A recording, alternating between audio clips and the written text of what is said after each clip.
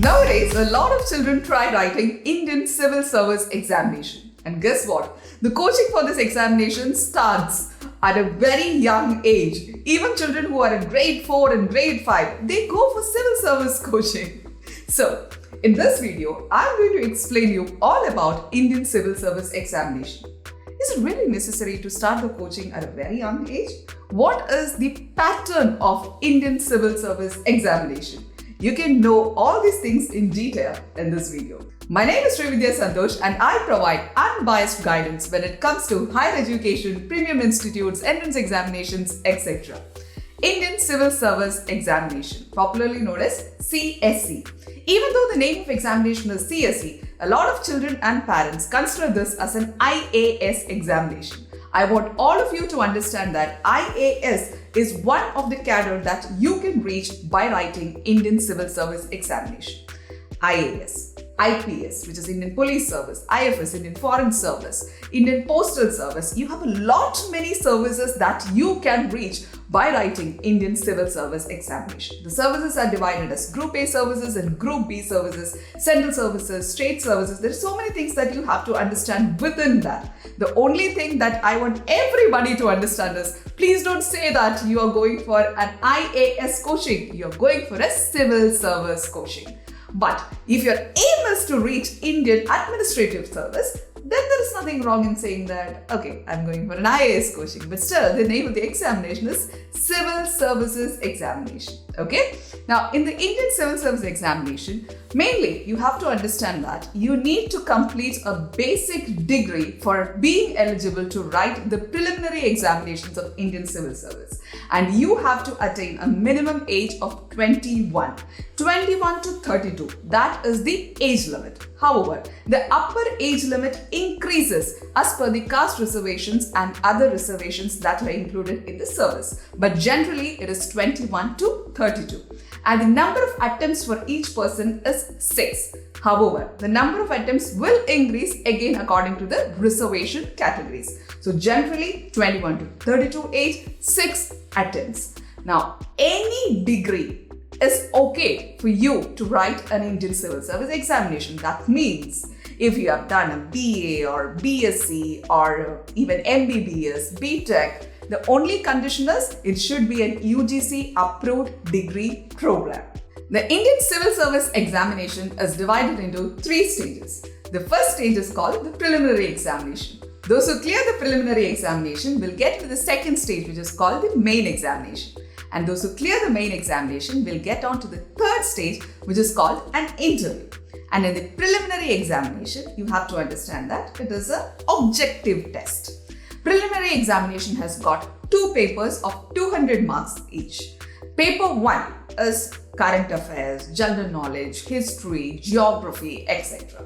And paper 2 is basically to analyze your integrity and aptitude. It's basically called an ethical paper, which will have a lot of comprehension, logical reasoning, data interpretation, basic numeracy level questions, etc. Once you clear this objective examination, which is called a preliminary examination, you get into the second stage, which is called a main examination. But the main examination is not an objective paper, it is subjective, wherein you have to understand about the 9 papers. Now, what are these 9 papers of examination?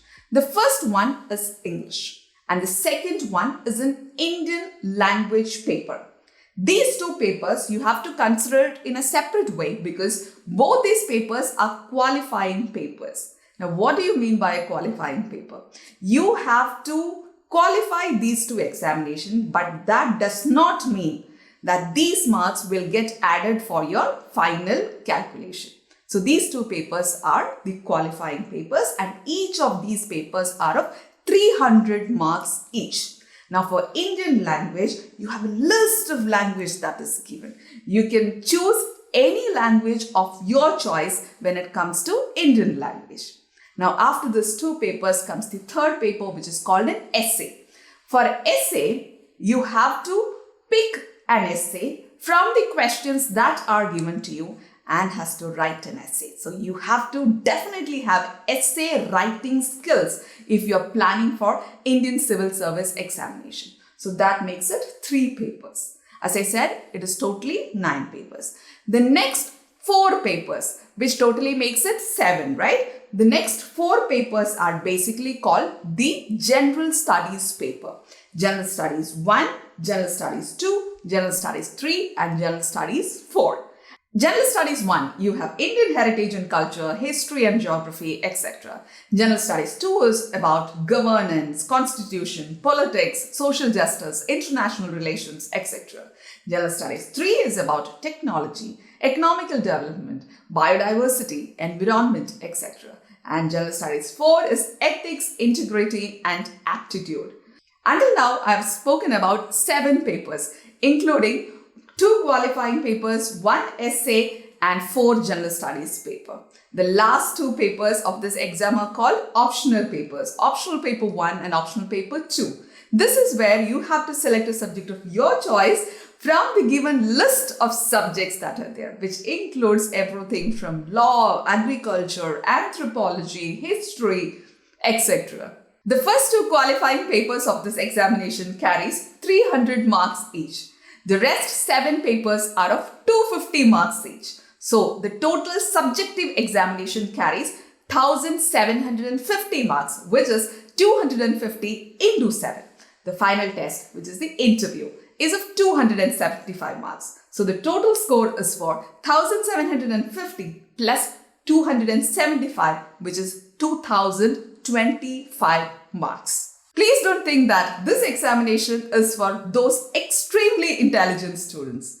Those students who can prepare with the focus can clear Indian Civil Service examination.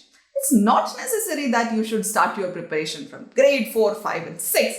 The only thing is that, as I mentioned in the entire explanation, if you watch it closely, you'll understand one thing. The key of it is current affairs, general knowledge, history, politics, economics, geography, etc. So, a daily reading of newspaper, knowing about what is happening around you, following somebody who talks about something which is happening around us. All these things are necessary. If you could do all these things from a very young age, that would definitely help you. But that does not mean that you should go to a coaching center, spend lakhs of money there for a coaching, etc. Anybody who is willing to prepare for this examination with focus can clear it with ease. Do understand that there are thousands of people around you who are preparing for this examination. So if you want to be a winner in this examination, please start focusing. Please start understanding what is happening around you. These things will help you to clear the examination with ease. I'm sure that you will have a lot of other queries regarding this examination. Whatever your confusions are, please feel free to drop in your questions as comments below this video so that I can pick those questions and answer in an upcoming video.